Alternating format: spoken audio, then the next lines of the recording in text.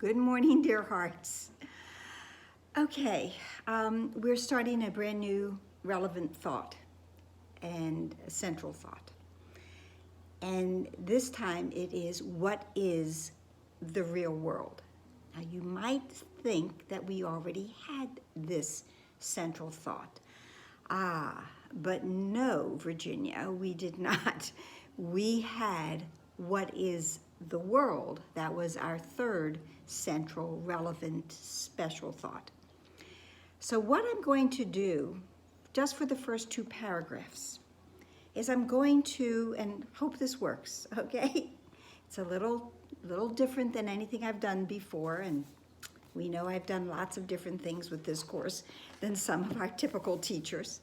But what I'm going to do is to take these two paragraphs, and I'll let you know which one I'm in, between what is the real world and what is the world. Okay, so we'll begin with our new one, what is the real world? The real world is a symbol like the rest of what perception offers. What is the world? The world is false perception. It is born of error, and it has not left its source because thoughts never do. Yet the real world, it stands for what is opposite to what you made. What did we make? We made the world, and it didn't leave the source of the ego mind. What is the world? Well, it will remain no longer than the thought that gave it birth is cherished. The real world, again, it stands for the opposite to what you made, and your world is seen, this world, the world, not the real world, your world is seen through eyes of fear and brings the witnesses of terror to your mind. And we've spoken of witnesses in the past. The world, when the thought of separation has been changed to one of true forgiveness, will the world be seen in quite another light, and one which leads to truth, where all the world must disappear and all its errors vanish. The real world. The real world cannot be perceived except through eyes forgiveness blesses, which will be the end of the world. So these eyes see a world where terror is impossible and witnesses to fear cannot be found. So the witnesses that we were looking for the fear cannot be found in the real world. What is the world? Well, now its source has gone. Okay, when going back, will the world be seen in quite another light with true forgiveness? And now its source has gone, and its effects are gone as well. This is when the world disappears, and the real world will rise in our mind. Second paragraph, the real world. The real world holds a counterpart for each unhappy thought reflected in your world, a sure correction for the sights of fear and sounds of battle which your world contains. Back to what is the world? This world was made as an attack on God. It symbolizes fear, and what is fear except love's absence? Thus, the world was meant to be a place where God could enter not, and where his son could be apart, away from him. Here was perception born, for knowledge could not cause such insane thoughts. The real world shows a world seen differently, through quiet eyes and with a mind at peace. Nothing but rest is there in the real world. There's geese outside. There are no cries of pain and sorrow heard, for nothing there remains outside forgiveness. And the sights are gentle. Only happy sights and sounds can reach the mind that has forgiven itself.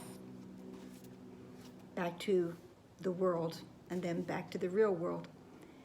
Okay, so knowledge could not cause such insane thoughts, but eyes deceive and ears hear falsely. Now mistakes become quite possible, for certainty has gone. There is no knowledge in the world. But again, back to the real world. Only happy sights and sounds can reach the mind that has forgiven itself. I might do this for the rest of this relevant thought, but that's it for today, for our comparison between the world and the real world.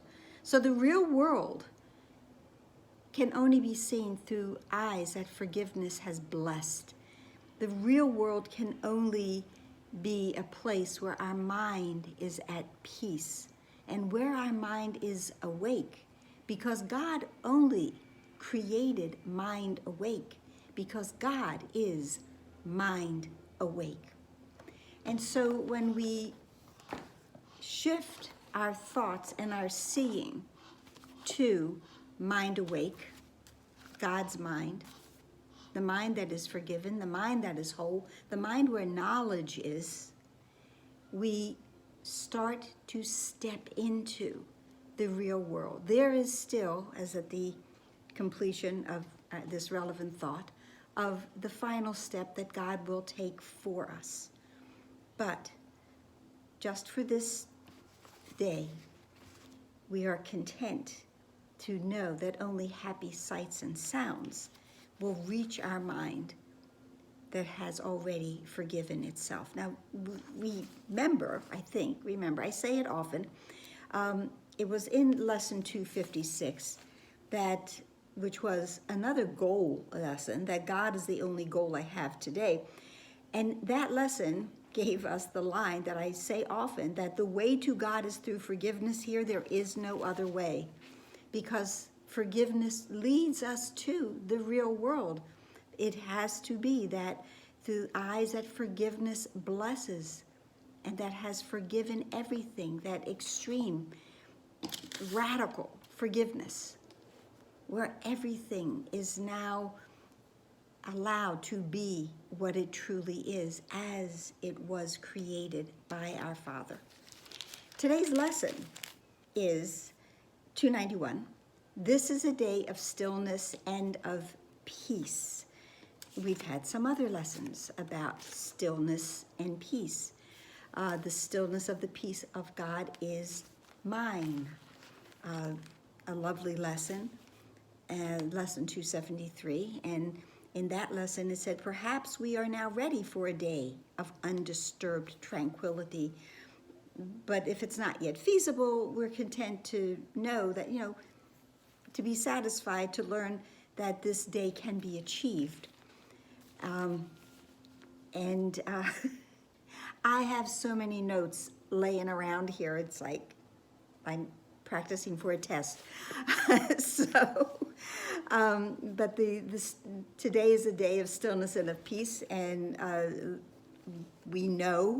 think we know that we can choose to spend a day in perfect peace. So in lesson 255, it says, this day I choose to spend in perfect peace. And that one began with, it does not seem to me that I can choose but to have peace today. And yet, God assures me that his Son is like himself, and that indeed we can do. So let's do that today. Let today be the day of stillness and of peace. Beautiful, perfect peace, like perfect happiness. So today's lesson 291 begins. Christ's vision looks through me today. I am using the eyes of Christ, the vision of Christ. I'm not using body eyes today. His sight shows me all things forgiven and at peace, and offers this same vision to the world, to the entire sonship. This isn't something that only a few can have. This is for all of us. And I accept this vision in its name, both for myself and for the world as well. What loveliness we look upon today. What holiness we see surrounding us. This is the real world. And it is given us to recognize it is a holiness in which we share. It is the holiness of God Himself in this day of perfect peace and stillness with our mind awake. We see the holiness of God. We see the glory, the radiance in all things, all living things, because that radiance is within all things. The second part of today's lesson is in italics. It is our prayer. It says, "This day my mind is quiet to receive the thoughts you offer me, and I accept what comes from you instead of from myself. Instead of my thoughts, I accept yours. I do not know the way to you, and yet we are walking steadily on to truth. But you are wholly certain. Father, guide your Son along the quiet path that leads to you. Let my forgiveness be complete, and let the memory of you return to me. Let me remember I am one with God. And let me remember what my purpose is. And let me remember that indeed I am as God created me." And with all of that, today will be the day to spend in stillness and in peace. And so it is. So I hope that helped. I hope it wasn't too confusing. Please like, please share, please subscribe, please comment, please pray. We pray for everyone. We pray for one thing, and that one thing blesses everyone, because we are all one. No separation. This world, not the real world, would love for us to believe that there are separate people, there are separate sons of God, and there are separate minds. But none of that is true. Namaste.